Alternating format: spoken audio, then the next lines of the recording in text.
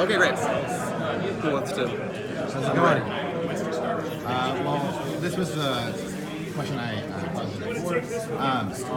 The medium of Batman, right, in comics. Once you move out of comics, fans are kind of like, oh, like I'm not sure how this is going to look. Yeah. What would you say personally? What do you think fans of the comics will like about Batman?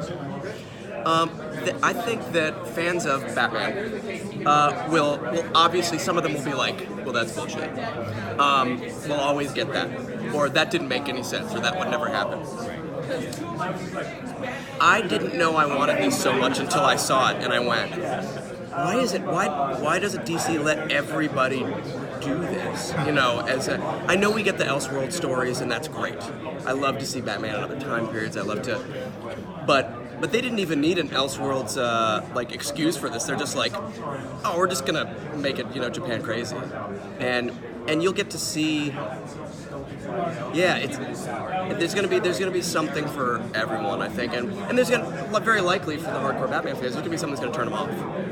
But I think everybody should dive into this and ride it to its conclusion, because there's so much. I had no idea this was possible, and I guess you sort of hands off with the executive. And if they had tried to manage it, oh, this isn't the Batman brand, we never would have gotten this.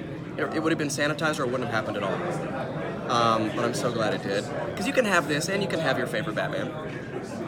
We live in that kind of world. Yeah, they can live side by side. Yeah. When they first asked you to do this, what were the thoughts that were going in your head? Like, is it going to work? Is it totally different from what's going on? My first thoughts were, fuck yeah! But yeah, no, obviously I had to. Even when I was first reading the script, when they sent the script, I'm like, I don't think this is good, right? Like, it doesn't make any sense, and I'm not sure what's going on.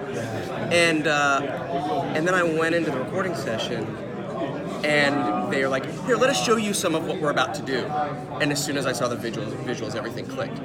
Because anybody who does say, oh, this part didn't make sense, and Batman, you're missing the point. We get this Batman that we've never seen before. And who cares if I like to call it the MacGuffin engine instead of the Quake engine. Like, it doesn't matter what gets us there, but we got there, and we get this, and we get to take that ride, and then we can go back to, if we didn't like it, we can go back to other Batman. But but of course, I'm like, how is this? A, how are they letting us do this? And B, oh my God, the fans are gonna lose their shit. In good ways and bad ways, probably. But I like to do things to shake it up. So I was thrilled. I could not wait to start talking about it, but of course I couldn't until today, basically. How was your first reaction when you finally saw seeing it? They had sent me a screener that I watched a few days ago, in case the actor doesn't want to sit in the audience, or doesn't have time, or doesn't want to watch it, whatever. I'd watched it, and that made me even more excited to sit in the room and watch it again, because I needed to know what honest fan reactions would be. And I have to say, I was extremely pleased. Like, everybody was laughing in the right part. You might think, oh well, they were laughing at it, but there are parts that are built in there that are obviously meant to to poke at that. And then just in the third act battle, when people just started cheering, I was like, that's exactly how it was supposed to go down. I was thrilled. Well, both your characters come on screen and everyone was applauding in there and going crazy. We were excited to see Red. Yeah, I loved it, and there's. Red Hood has this line in the, he literally says, that was cool. And I was like, that's what the audience is hopefully thinking right now. There were a couple of those moments in there, and yeah. You mentioned Elseworlds. Do you have any favorite Elseworlds stories? Why, yes, I do. The Doom That Came to Gotham is because I'm a huge Lovecraft fan, and the fan of John Carpenter's The Thing, that is, and Mike Mignola fan, that is one of my favorites. Gotham by Gaslight was another one, and I was lucky enough to work on that, which just came out. If you haven't seen it yet, it's great. It's really good. They did a good job. And it's one of those rated R ones, like Hell to Pay last night.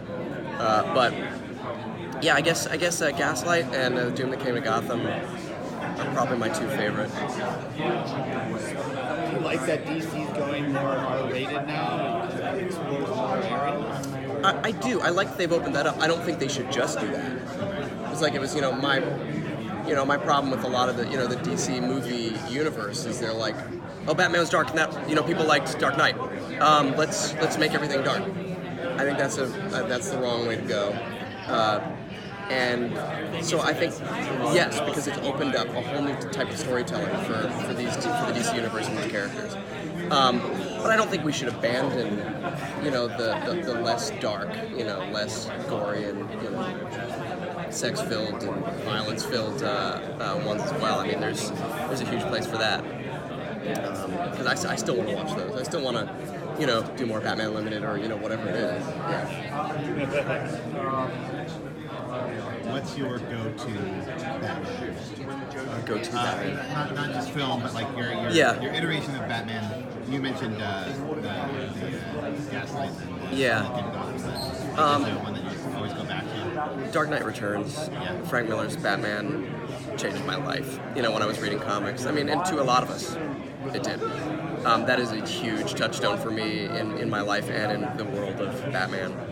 So I would have to say, as much as I love growing up, watching the '60s show, Adam West's Batman is, but what Frank Miller did with Batman in the '80s. I will always go back to that. That was when they changed the game of what kind of stories you could tell with Batman, I think.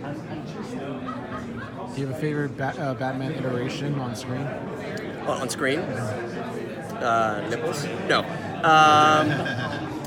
I would have to say that also because of the time it hit me, the very first Batman film, Tim Burton's Batman film, we've been waiting for a Batman film like that, so that was huge for me.